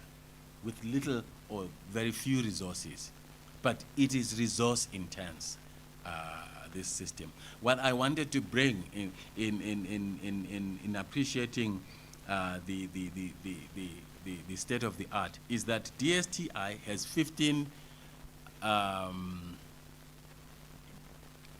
research infrastructures that are dedicated to our national science, to developing our national science. We need to actually go back to each research infrastructure and say, what is it that in the past, I mean, some of them have been funded for 8, some 10, some 6 years. What is it that you have done in this space that can profit MTBBA? And SADLA, if I can speak for it because I had it, we have developed quite a number of resources that support this initiative. So we don't have to start from scratch. We have DIRISA that provides the infrastructure for connectivity, because I heard we were decrying whether or not we have sufficient connectivity. We have CHI that has high performance computing, the only country, South Africa, that has that type of computing power. But are we using it right? Can we use it to actually deploy an infrastructure to our schooling system?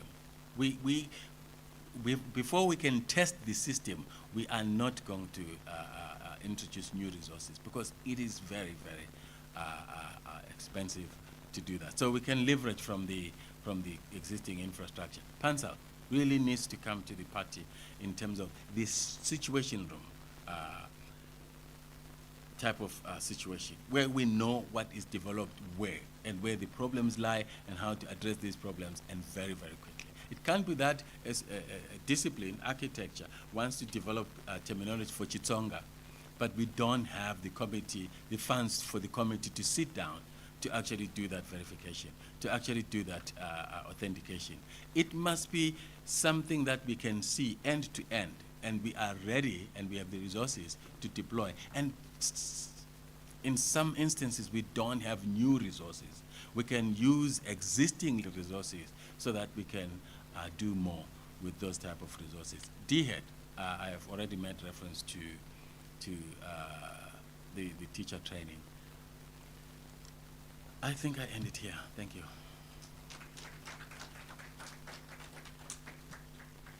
Thank you very much, Prof. Langer. I can see now the intimate connection between the two presentations. And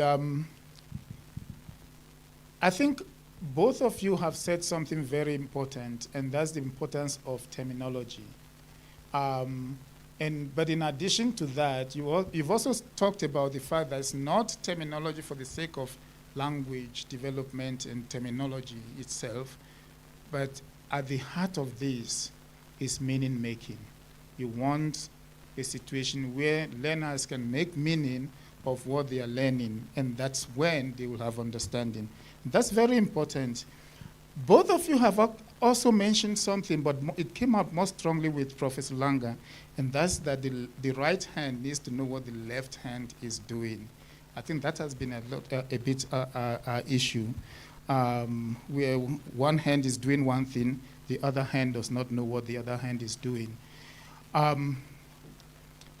you've also said something, I'm not sure who started with an anecdote about converting someone who was in the car, or someone he met. Was it, which one of you? Yes, well done for that, because I can tell you now, we're in countries where, like the Maori people, the indigenous people of New Zealand, where they have succeeded in using their home language, the Maori language, to teach mathematics and science from grade 1 all the way to grade 12. Where they have succeeded was partly because of the buyout from other stakeholders, including parents. Ask your child, okay, ask yourselves, and someone had asked me that, say, okay, you are a protagonist of mother tongue education. Would you send your child to an isiZulu medium school? They'll always ask you that question. Okay, but I think we're trying to say, what is there that we can do to, you talked about the whole issue of not simply of infrastructure. How do we put in infrastructure to enable learning in our home languages? I'm opening up to questions. Can we give them, both of them, another round of applause? Sorry. All right, questions, please. All right, 1, 2, 3. Let's start with the first 3.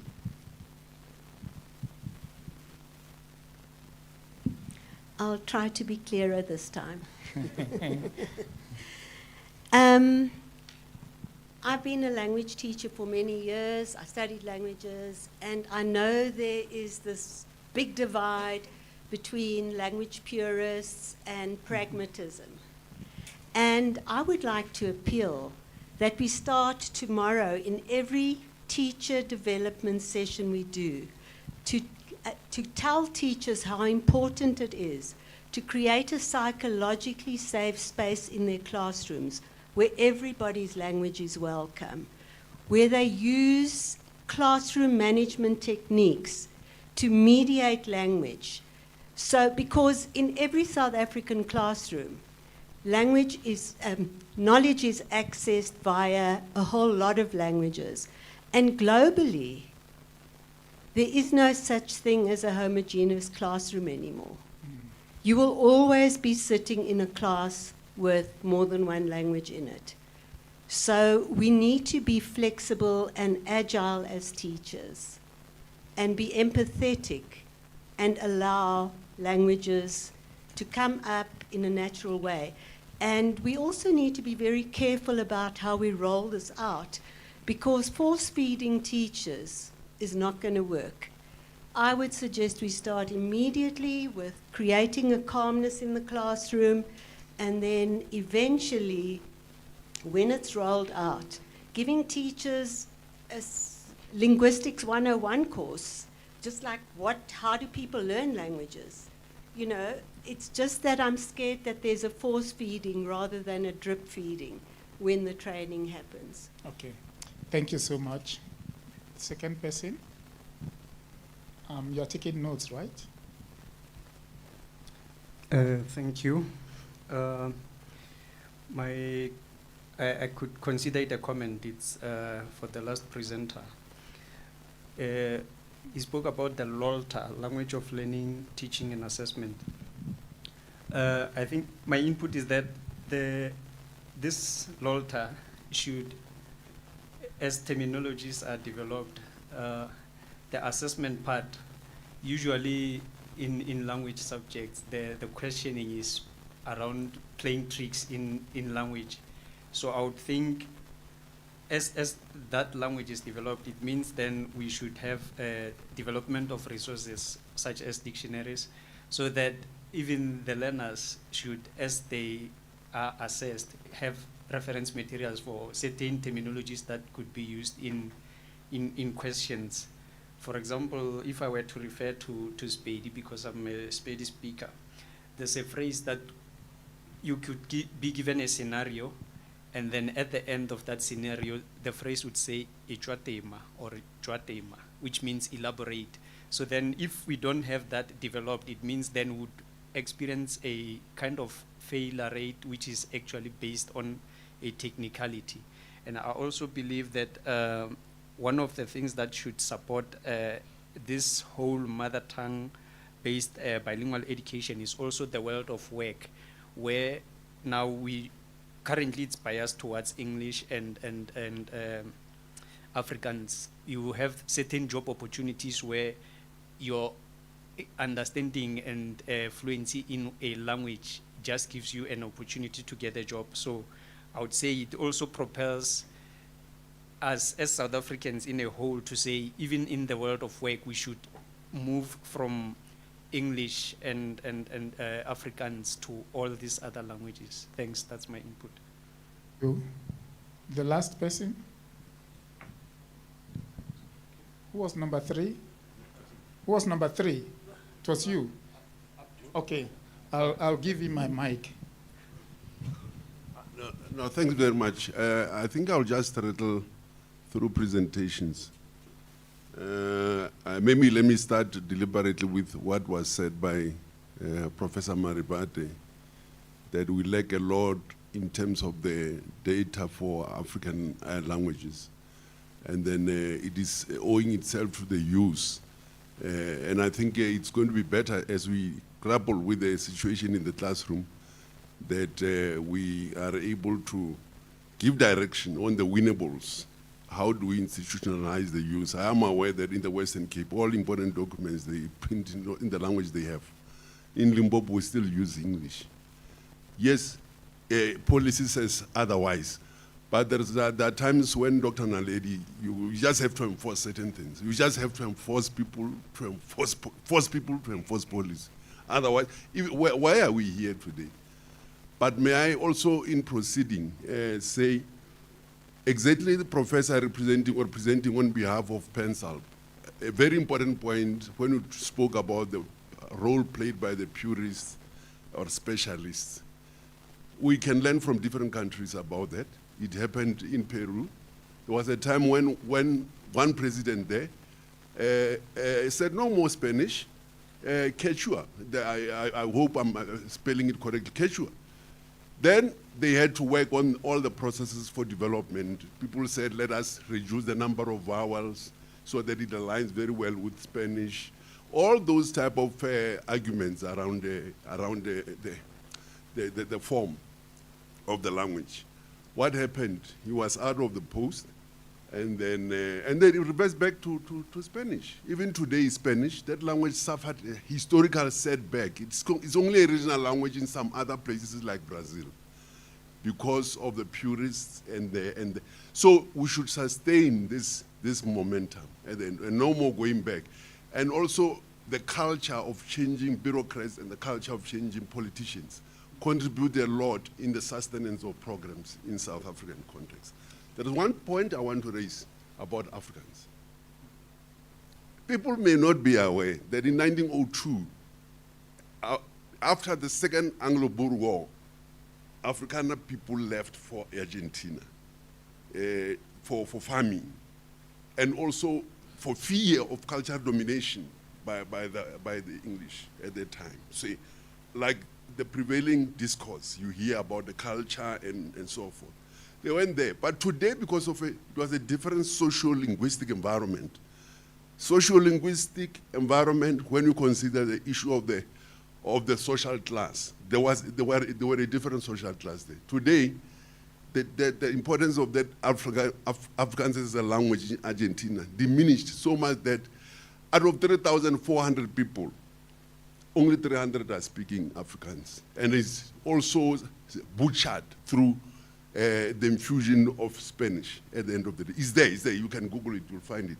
So a language, also when you talk about it and how you sustain it, you must fund it, but the socio-linguistic environment is very critical.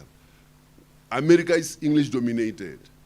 Who is ruling America? It's an English-speaking person at the end of the day. And we can't fail on our languages. These are our languages at the end of the day, and they are our legacy. Thanks very much. Thank you very much. I'm not sure if you want to respond to the comments and the questions now before we take another round. We should go ahead. All right. Let's give to, yes. Thank you very much. Sello Khalane, DBE.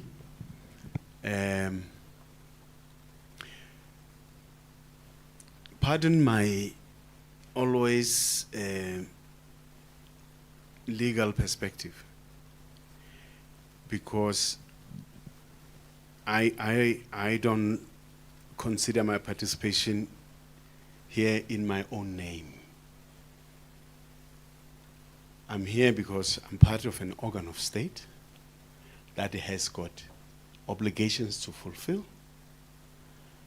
I'm here as part of a department, which is an organ of state, with duties imposed on it, not crafted by it, but imposed on it by law, by legislation. So my understanding and participation is looking at the two presentations, what they mean for the system. So how it becomes a systemic compliance, not how I as a teacher or no, systemic implies, because both presentations have mapped out a legal process, deviation from which leaves everything we have developed invalid in law. Wastage of resources of the state by flouting processes that are very clear of standardization, flouting processes that are prescribed in legislation through the work of PENSALP and the work of SADILA, flouting processes that are non-negotiable in terms of the Constitution. So once we look at it like that, we would find, we have to strive to find systemic solutions. And systemic solutions say, the scenario we have at the moment is that before we even talk about LTSM teaching, learning in class, we have a curriculum that needed to have been developed first from terminology that would have gone through the process. Then we would not be sitting here with versioning and checking authenticity of versioning and where every discipline would have to lift the terminology that it needs to use across all subjects and let them all go through this process that yields to a policy with standardized terminology, that yields to LTSM that is written on standardized terminology. Ipso facto, the assessment that is based on the curriculum policy that went through the process. So now that we are here, and we are here without having gone through that process, so what? What PENSALP advised us to do in December was to, with the existing curriculum, to lift the terminology and concepts and give them that list. And we, before we even did that, we met with DSEC, which brought terminologists and lexicographers that checked the meanings of those if they were in terms of all the requirements that were explained here. And then from there, then PENSALP sat and verified the terminology versus the definitions. And beyond that, then it went through a democratized public process of the national language bodies where people across different strata of society commented whether the verification that PENSALP did was correct. So as a system, subjects need to start that process to then lift the terminology across the board so that when we get to the point that Professor Langa was saying, having gone through the PENSALP process, any other strengthening of the curriculum, it's authentic, it's valid in law, and it has met the procedural requirements. Otherwise, we're going to strengthen the curriculum on terminology that is not standardized. Again, violate the law, again, use the fiscus, the money we don't have. It's like printing money with wrong terminology on it, because you'll have to shred it so that you can reprint it with proper terminology like Banking Kulu and Banki Kulu that emerged on the printing of the Chitsonga terminology on money that almost got us into trouble as a country, but we were lucky that they'd gone through this process and that money did not have to be shredded. Can you imagine? The Minister of Finance and his entire DG, DDGs, they're supposed to be fired because they would have gone through it, but they went it right. And PENSALP issued a certificate that says you can't shred that money. That terminology that's there is correct on money. So DBE as a system has got to think systemically about this thing and find systemic solutions about it. Thank you. Thank you very much. Thank you. You stopped right at the time when I wanted to actually say, can you wrap up? Okay. Can we take one last question, please? Thank you.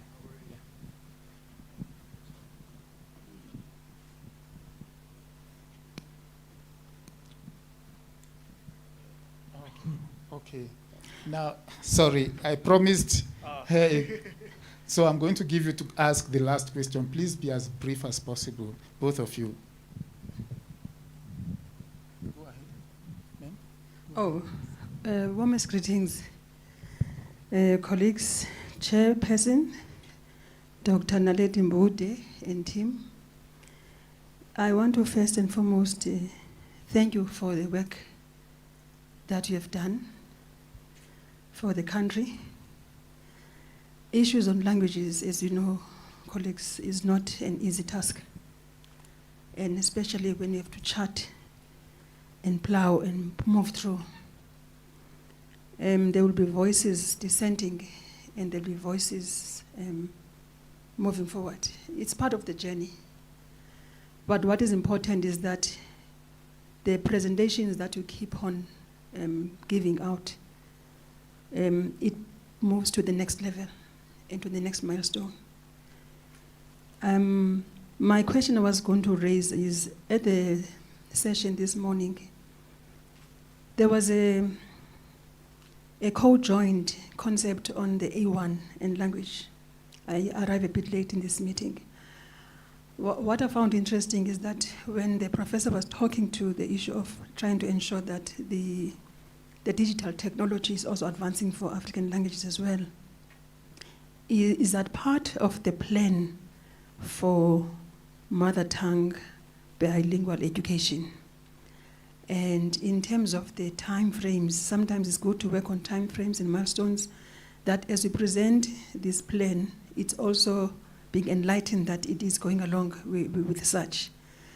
For me, it gave me such hope that we won't be left behind as an African continent and as Africa. And at the end of the day, it's about our children that must also advance linguistically, because language, of course, is a cultural capital. Thank you. Thank you very much, and please pardon my ignorance in this regard. Ndanta Alan Aptosa. Pardon me again if I'm jumping the gun in this regard. But what I wanted to check, what are we doing currently to assist the current cohort of teachers to efficiently deliver on the curriculum using the MTBB approach? That's one. Secondly, what is currently obtaining at the level of teacher training so that we ultimately get to a stage where there's a seamless introduction of the MTBB approach without grossly disrupting the system? And lastly, what are the envisaged milestones and timelines? Because my fear is that, yes, in principle, we agree this is what we want to do. Legally, it's what needs to happen. But if it upsets the other group of people, especially those that must implement it, it can be problematic. Thank you. Thank you very much. Okay, please, can you pardon me? I want to give the last word to the presenters to engage with the questions and the contributions so that we don't run too late. Okay, thank you, Chair, and thanks to everyone. It was mostly comments and contributions, but partly with the last question from Naptosa as to what is being done. There's a lot that is being done, by various stakeholders. For example, if I were to speak of PENSALP and the Eastern Cape Department of Education, I'm sure that some of them are here. They might say something in that line. A lot has been taking place. For example, PENSALP has spent millions in empowering teachers in the past few years of the Eastern Cape, where we'll organize workshops and workshopping them on the actual concept of mother tongue-based bilingual education, workshopping them on all of these things that we have made reference to. Yes, there are still those who are still not really clear, like the one that I was making the example of that I met while I was flying here. It was a teacher. But it's a matter of explaining this thing. As I was saying, it's a matter of knowing as to what are we about, understand the whole concept of mother tongue-based bilingual education. So it's a matter of time that, of course, we might have not reached everyone, but it's a matter of time that whoever we reach get converted. It is something that we need to go for. So there's a lot that is being done. As I was saying, also my last comment, Prof. Lang, as you made reference while you were presenting there as to with these things that we are doing, are we really actually having strategies as to address the lessons and the problems and the challenges that you come across with? That's what I meant when I was talking about well-coordinated efforts. That what we, as much as we are learning as we do, but from what we have done, let's produce something. And let that be coordinated, let that be recorded well, let lessons be taken from that, so that the next person doesn't go through the same challenges that we have gone through, so that they've got something that somebody has already been here, and this is how it was solved. Then we just improved on that. So that's what I meant, that we need to coordinate all our efforts.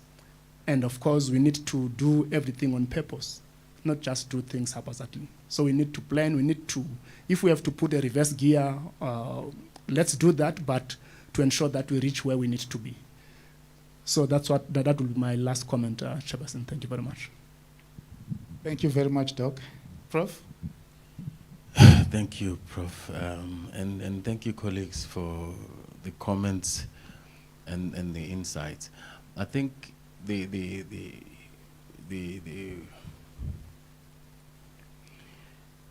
elephant in the room is the whole end-to-end system that we need to develop, have critical buy-in across all the various sectors, and then have this as a blueprint.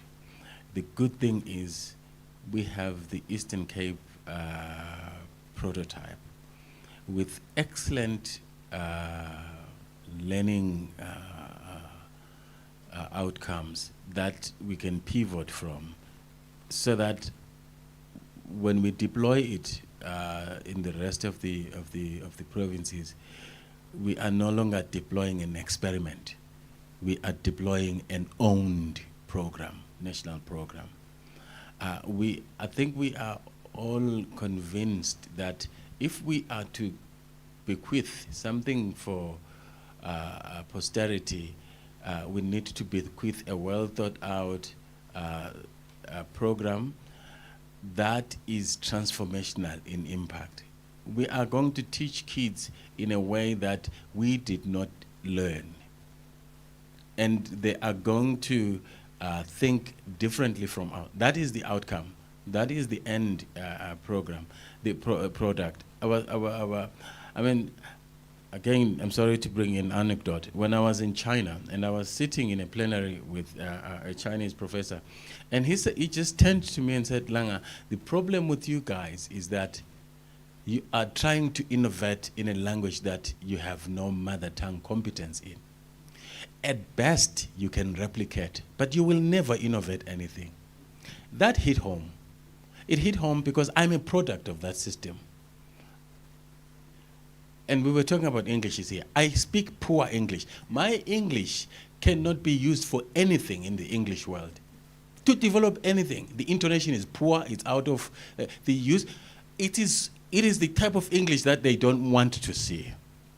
Our own Nobel laureate, Wole Soyinka, the English Nobel laureate, who was given that laureate by the Western institutions. When he applied for an English professorship at Harvard, he was not even shortlisted for that position. And yet he's a professor of English and a laureate at that. Because no matter how much we try and say we are doing well as a system in English, we are not. And if we have to look ourselves in the mirror, we are the product of that system. So why do we want to perpetuate the system that we know up to now has not worked?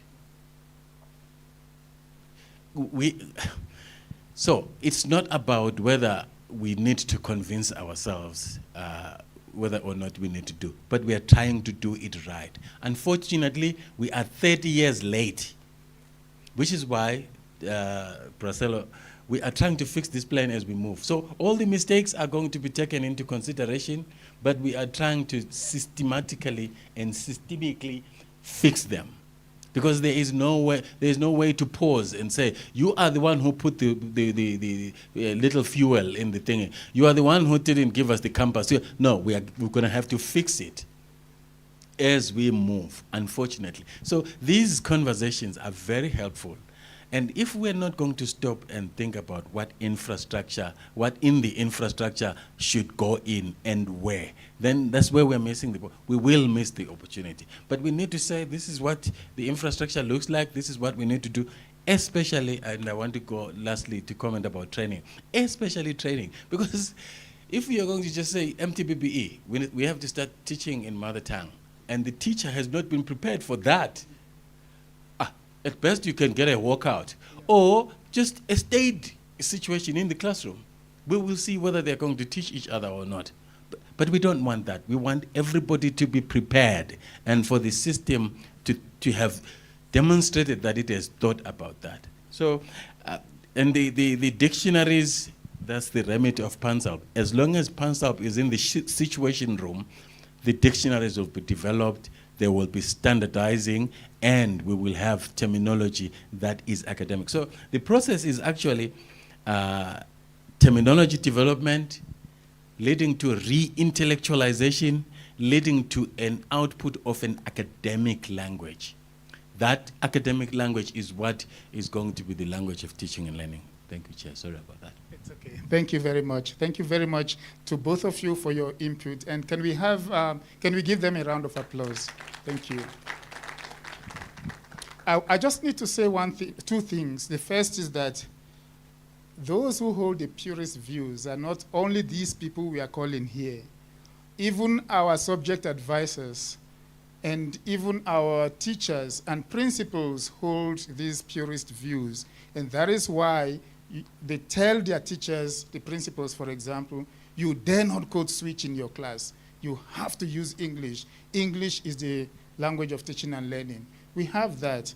And then I also need to indicate that terminology development is dynamic. So we need to bear that in mind. And that is why the whole issue, the whole analogy of fixing the plane while in the air is very vital. Can we do whatever we can to keep this plane flying so that it lands, and we are all alive? Okay. Yeah, so that's the key thing here. Our next presenter is someone who needs no introduction. So I'll just hand over the mic to her. Thank you. Yeah. Thank you very much, Prof. Good afternoon. It's evening, actually. That's the problem with being African language speaking. You never have any time of the day. You just say molweni, so that we don't get confused.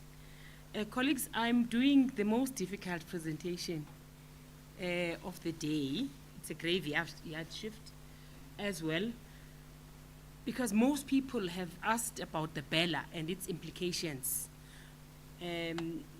for MTBBE, and most people conflate the two, or there's a lot of misunderstanding, and I think it's important to begin to talk about it.